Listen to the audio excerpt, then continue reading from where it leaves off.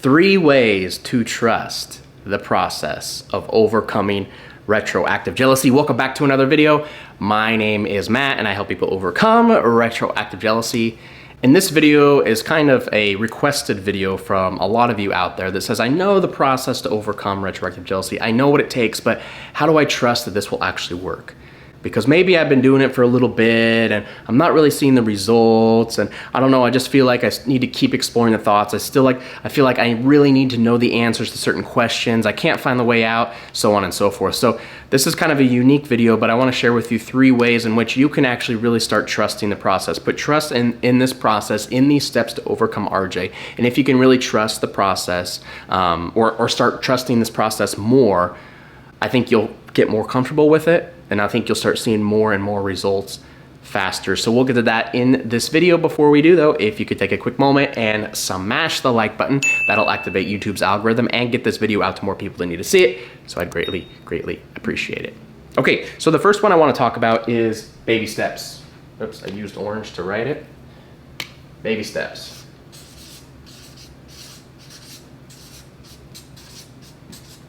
So with all processes,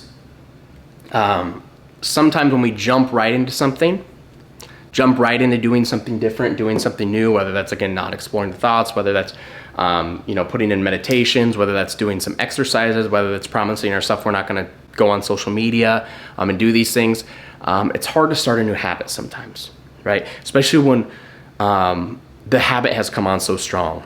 So we've been thinking about this stuff a lot, and it's caused a lot of pain, a lot of agony in our life, obviously. And so it's hard to break habits like that. You think of an alcoholic, for instance. It's not easy for someone just to cold turkey stop drinking. Okay, it's not easy for someone to cold turkey stop smoking. It's possible, but sometimes it's very, very difficult. So that's why I recommend baby steps with this process and stuff. And what I mean by that is, if you're someone who is, really big into their compulsive behaviors and it's hard to break them, to say like never do a compulsive behavior again, okay, that's hard for someone, I understand, to start that. So do baby steps. Say, for the next hour, when a thought comes up, I'm not going to explore it. I'm going to refocus on something else, right?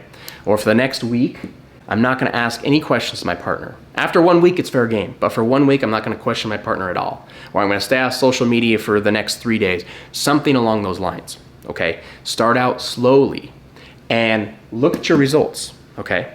Look at your results. After an hour of not exploring the thoughts, how do you feel? Chances are, I'm sure you probably feel a little anxious, but chances are you feel a little better. Like, okay, wow, that was actually a decent hour. Yeah, it was tough, but I didn't have any panic attacks, anxiety attacks. I feel decently good. Maybe I can extend this out for another hour or till dinner time, so on and so forth. If you say 1 week without questioning your partner at all, what does your relationship look like after that 1 week? Maybe that 1 week was tough for you, but what does your relationship look like?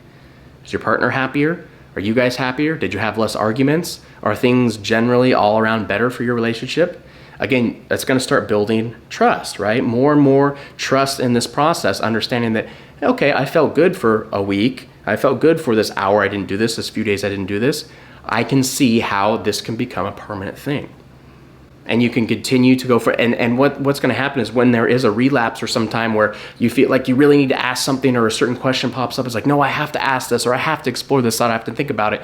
You can go back to this and be like, well, hold on a second. I've done so good up to this point. I felt pretty darn good up to this point. I can't break it now. I can't break it now. I can't break it now. And you fall back on this process and trust this process of overcoming retroactive jealousy, of no longer exploring these thoughts, no longer asking these questions, and continue to move forward with your life regardless of these emotions and thoughts that RJ keeps coming up. So that's my first way, baby steps. The second way is, I kind of brought this up a little bit, is you'll start to realizing some days are better. When you really start, wow, that's an R. When you really start, putting in the process of RJ, you're going to notice that some days are better than others. Some days are feeling better than others. You'll start to feel some relief. Now, that doesn't necessarily mean that you're completely out of the woods and you're cured of RJ. I think more than anything, it's just like, whatever, the higher power showing you that, hey, if you can feel like this for one day, or if you can feel pretty good for an hour or two during your day, guess what? You can feel like this all the time.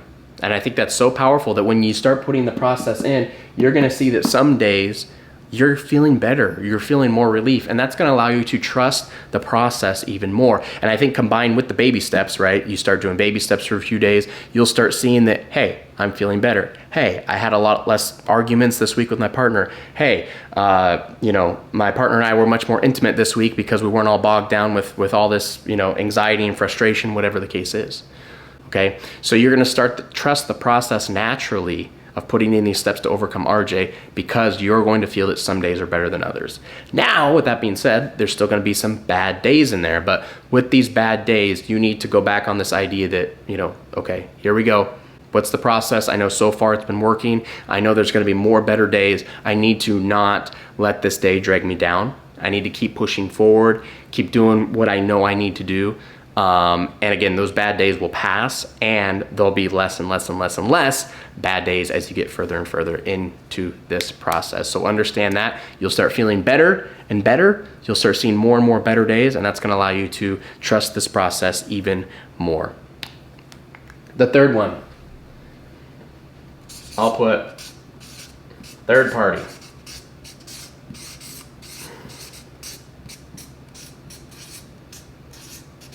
Can your partner tell a difference? Third party, can your partner tell a difference? So this idea, if you took yourself, let's say you've gone through the process of overcoming RJ, let's say you've done it for a month or so, and you're looking back on it, maybe anxiety-wise, you're still feeling pretty anxious, maybe you're still getting these thoughts a lot, all these intrusive thoughts, they're not feeling really good, but maybe this process is working, because from a third party, if you took yourself out of your body and you looked into your relationship and looked at you and your partner, is your relationship better than it was when you started this process?